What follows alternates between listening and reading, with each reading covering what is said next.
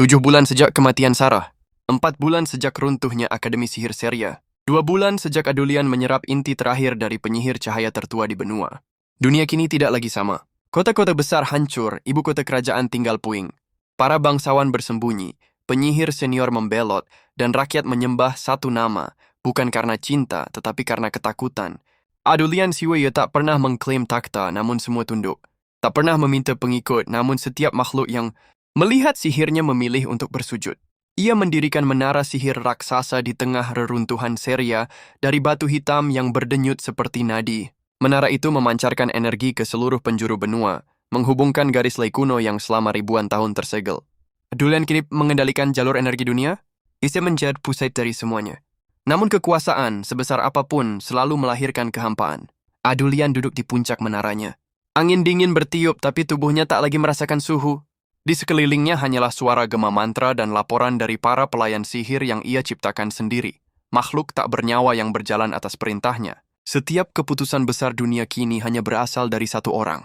Setiap perintahnya ditaati. Setiap pemberontakan musnah sebelum berkembang. Tapi di dadanya, ada kehampaan yang tidak bisa disembuhkan oleh kemenangan. Ia menatap cakrawala jauh, dunia sudah ia genggam.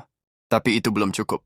Malam itu, ia memasuki ruang bawah tanah menara sihir. Di sana disegel dalam lapisan kaca sihir adalah kristal kuno yang pernah dilarang oleh seluruh peradaban, Fragmentum Primordialis. Sebuah sumber kekuatan yang mampu mengubah realitas, menciptakan dunia baru, atau menghancurkan yang lama. Sarah pernah menyebutnya dalam salah satu duel lama mereka. Sebagai mitos, sebagai sesuatu yang tidak boleh disentuh. Tapi kini masih berdiri di hadapannya, dan ia siap memecahkannya. Jika dunia ini telah kutaklukkan, maka langkah berikutnya adalah menciptakan dunia yang lebih layak. Dunia yang lahir dari kehendakku. Dengan satu mantra, segel kaca hancur. Kristal itu meledak dalam cahaya keperakan. Tubuh Adulian melayang, ditelan pusaran cahaya dan energi mentah yang membakar daging dan pikiran. Ia melihat semuanya sekaligus, masa lalu, masa depan, dirinya di dua dunia, dan semua versi dirinya yang gagal.